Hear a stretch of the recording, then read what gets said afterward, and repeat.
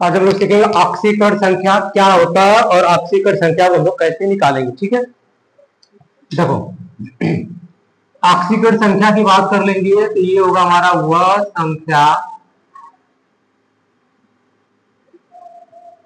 वह संख्या जो किसी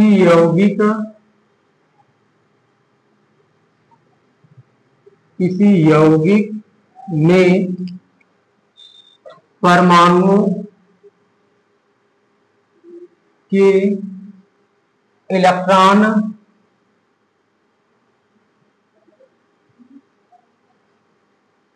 त्यागने या ग्रहण करके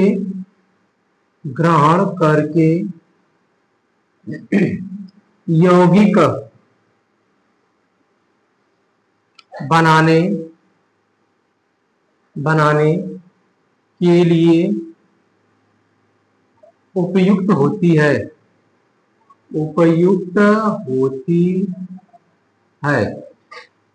ठीक है, उपयुक्त होती है।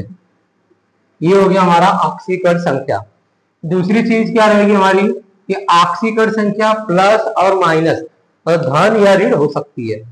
तो ऑक्सीकरण संख्या के बारे में अगर हम जानेंगे तो ऑक्सीकरण संख्या धनात्मक, ऋणात्मक या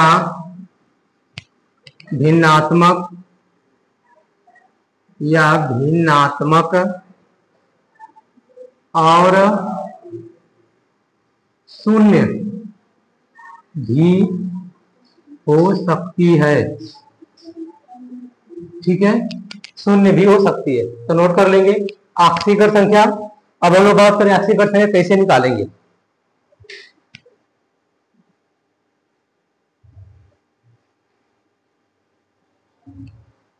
नोट करो, लिखो, लिख लिए।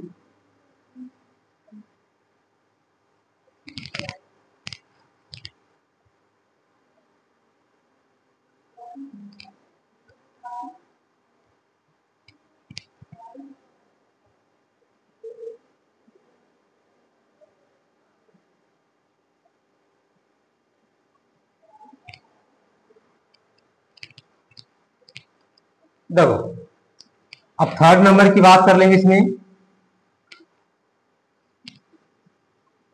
ऑक्सीकरण संख्या तत्व के संयोजकता के बराबर भी होती है। ठीक है, बराबर भी होती है।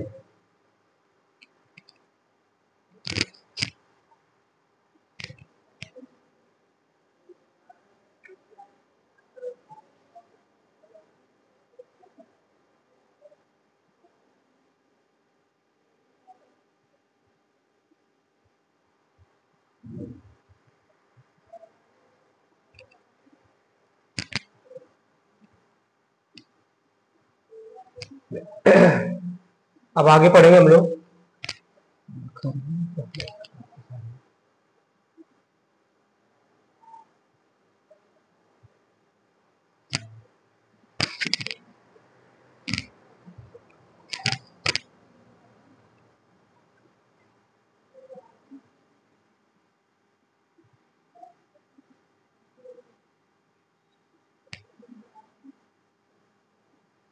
ऑक्सीकरण संख्या ज्ञात करने की विधि। ठीक है, ऑक्सीकरण संख्या ज्ञात करने की विधि। तो देखो ऑक्सीकरण संख्या ज्ञात कैसे करेंगे हम लोग। जिस परमाणु का ऑक्सीकरण संख्या ज्ञात करना है उसे यक्ष मान लेते हैं। ठीक है, पहला काम हो गया। जिस परमाणु का ऑक्सीकरण संख्या ज्ञात करना है उसे हम क्या मान लेंगे, यक्ष। ठीक है, दूसरा नंबर देखिए, यौगिक के सभी परमाणुओं के, यौगिक के सभी परमाणुओं के ऑक्सी परमाणुओं के ऑक्सीकरण संख्या को जोड़ लेते हैं, जोड़ लेते हैं। ठीक है,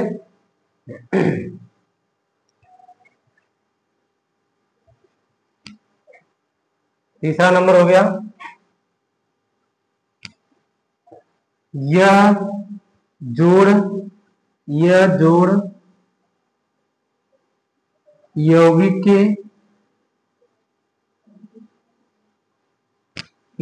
के आयन के बराबर अथवा शून्य के बराबर होता है, के बराबर होता है। ठीक है, ये हमारा कुछ नोट्स रहेंगे, इसे आप नोट कर लेंगे। आगे देखो हम लोग कैसे करते हैं।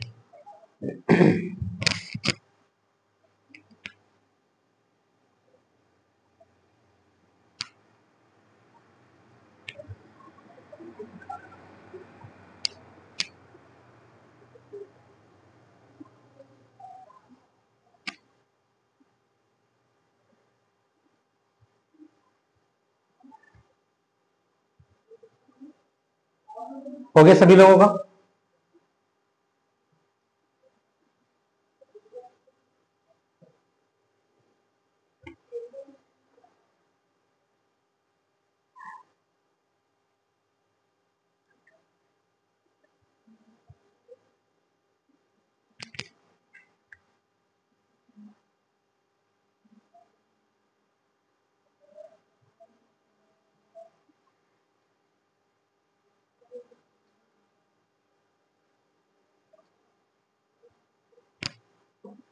इरेज कर दें?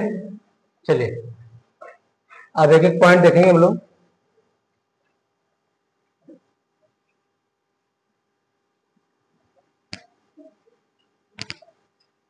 तो एग्जाम्पल हमारा रहेगा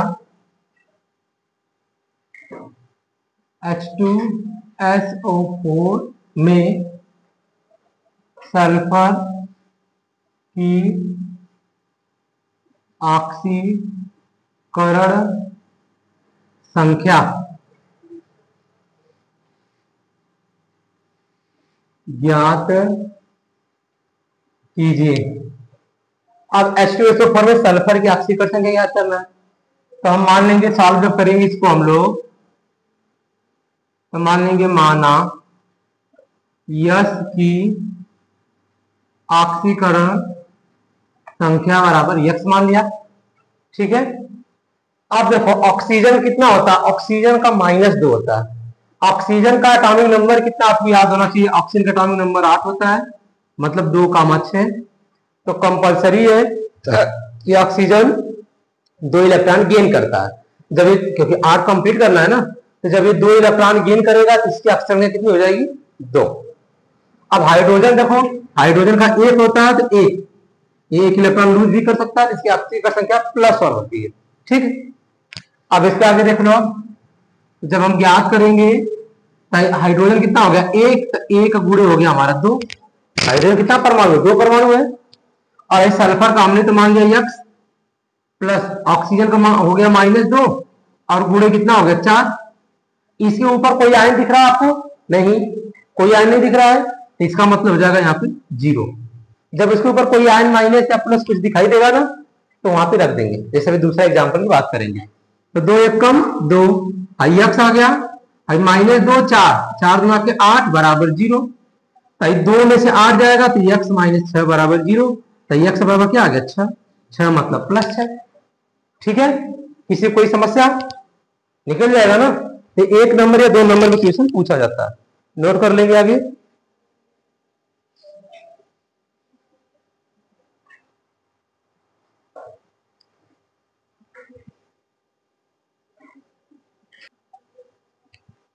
अब अगला क्वेश्चन देखिए,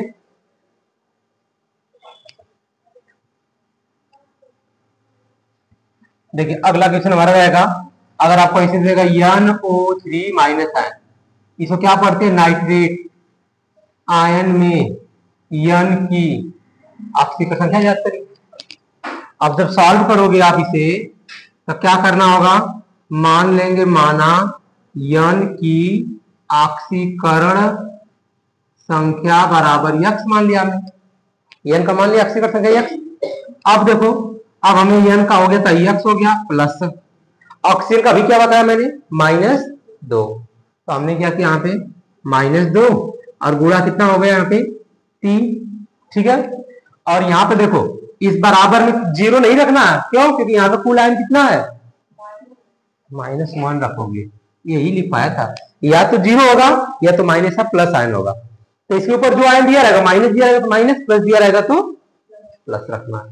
ठीक है, अब हल कर लोगे यक्स आई -2 6 बराबर -1, तो यक्स बराबर आई -1 इधर जाएगा तो क्या बन जाएगा +6, और यक्स में से -1 और +6 जोड़ो कितना आएगा -1 + 6 कितना आएगा 5 आएगा ना, ओनली 5 ना, 6 प्लस में आई माइनस है ना, 5 आ गया। तो अब यक्स किसका आ गया, नाइट्रोजन की ऑक्सीकरण संख्या कितनी आ गई 5। ठीक है, नोट कर लो आप।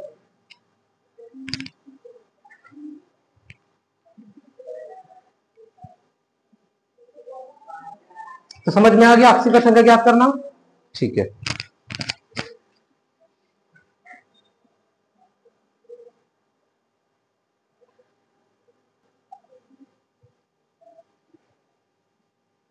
चलो ये हमारा 2024 में पूछा गया क्वेश्चन है, 2024 का क्वेश्चन है। कह रहा है कि निम्नलिखित में किस यौगिक में यमन की ऑक्सीकरण संख्या +6 है, ये ऑप्शन है हमारा। सॉल्व करेंगे हम लोग, एक एक ऑप्शन चेक करेंगे, एक एक ऑप्शन में हम क्या करेंगे ऑक्सीकरण संख्या निकालेंगे मैग्नीज का, और जो ऑक्सीकरण संख्या +6 होगा वही हमारा आंसर होगा। तो देखो पहला अगर हम चूज करते पहला ऑप्शन, तो यहाँ पे देखो ए यमन की ऑक्सीकरण संख्या मान लेंगे, माना हर जगह वही कंसेप्ट रहेगा, माना यमन की ऑक्सीकरण संख्या बराबर यक्स हो गया, मैंने मान लिया ऐसा। अब देखो यहाँ पे जब सॉल्व करोगे तो यक्स में कितना मल्टीप्लाई करोगे 2x प्लस हाई ऑक्सीजन का -2 गुणे 3, और इसके ऊपर कोई भी चार्ज प्लस या माइनस नहीं तो 0, प्लस रहेगा तो प्लस, माइनस रहेगा तो माइनस। तब यहाँ पे आ जाएगा 2x, हाई 2 3 6 बराबर 0, हाई हो गया 2x बराबर 6।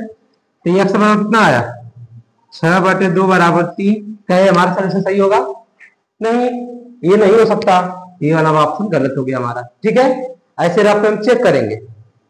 दूसरा वाला देखो, दूसरा चेक करते हम लोग, इसको हटा देते, मतलब पहला नहीं सही है हमारा।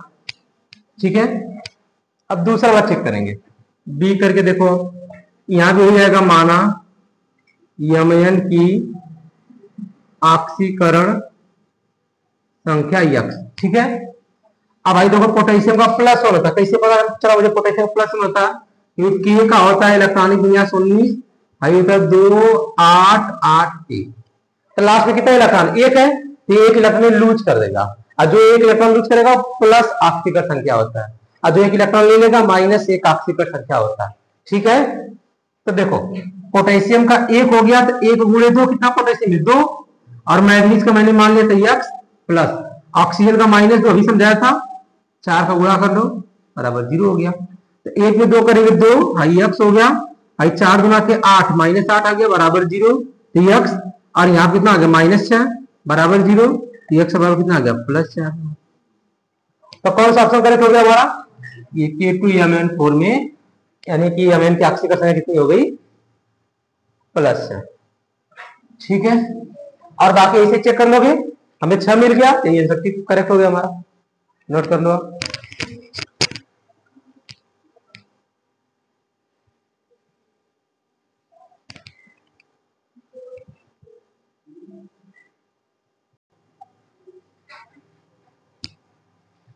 देखो ये क्वेश्चन आपका 2023 में पूछा था, करा ऐसा संक्रमण तत्व इसमें परिवर्तनीय आक्सीकरण अवस्थाएं नहीं पाई जाती है। तो आप डी ब्लॉक पढ़ेंगे, डी ब्लॉक में, डी ब्लॉक में आपको बताया गया होगा कि डी ब्लॉक में जब हम लेफ्ट टू राइट जाते हैं, जब हम लेफ्ट टू राइट जाएंगे तो उस कंडीशन हमारा जैसे स्कैंडियम, टाइटेनियम, वेनेडियम, क्रोमियम, तो आक्सीकरण अवस्थाएं क्या होती है, बदलती रहती है, परिवर्तनीय होती है। तो सारे में परिवर्तन मतलब 2 से 3, 3 से 4 अलग अलग आक्सीकरण अवस्थाएं होती है।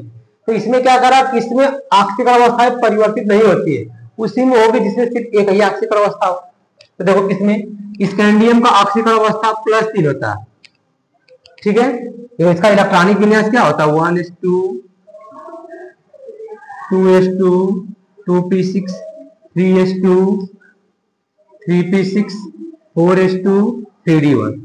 तो लास्ट में देखो 2 इलेक्ट्रॉन, 1 3 इलेक्ट्रॉन, इसकी आक्सीकरण संख्या +3। इसका कितना रहेगा, इसका जो रहता है हमारा +3 भी रहता है, +4 भी रहता है, दो आक्सीकरण अवस्थाएं होती है।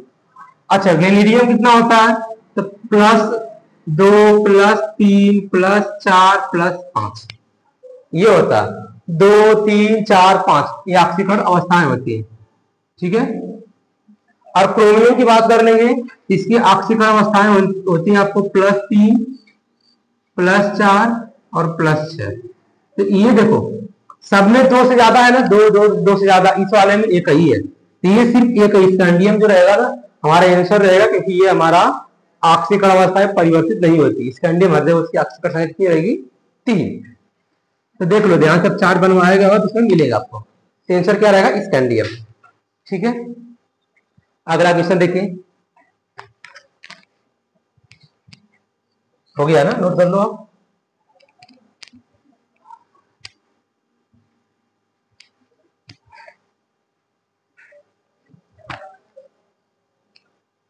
अगला क्वेश्चन है यहाँ पे कह रहा है संक्रमण। देखो दिया संक्रमण तत्वों की मूल अवस्था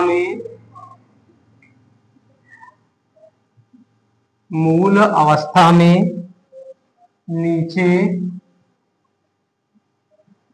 दिए गए डी इलेक्ट्रॉन विन्यासों में कौन सी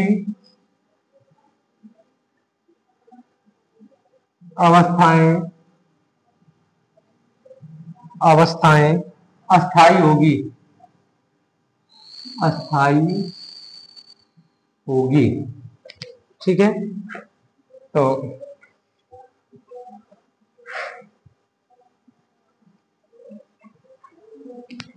पहला ऑप्शन है हमारा इसमें 3d3,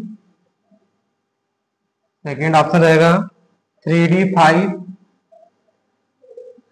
और तीसरा ऑप्शन रहेगा हमारा 3d4।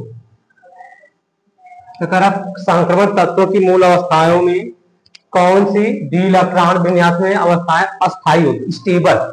देखो ये स्टेबल होगी, तो स्टेबल अवस्थाएं तभी हो सकती हैं या तो हमारा हाफ फील्ड हो या तो कंप्लीट फील्ड हो।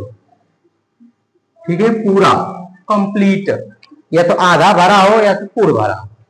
तो देखो हाई ए वाले की बात कर लेंगे ना, डी, तो डी वाले में कितने इलेक्ट्रॉन होते हैं, 10, तो कक्षक कितने बनेंगे, 5, 1 2 3 4 1 5।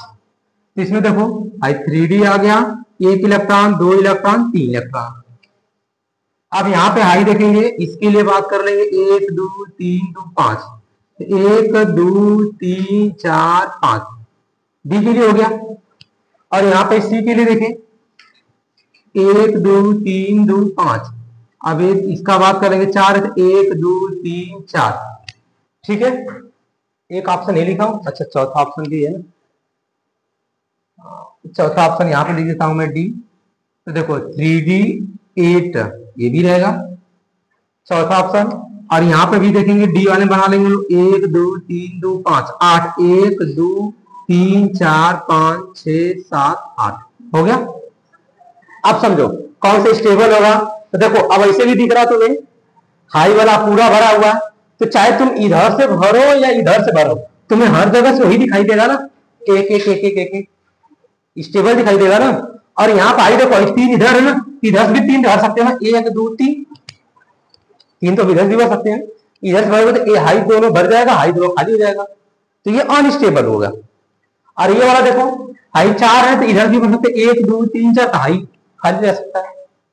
और हाई देखो इधर से भरना शुरू करें डबल वन इधर डबल डबल इधर डबल इधर इधर सिंगल हो जाएगा। तो अब इसको चाहे इधर से भरो हर जगह तुम्हें सिंगल सिंगल ही दिखाई देगा।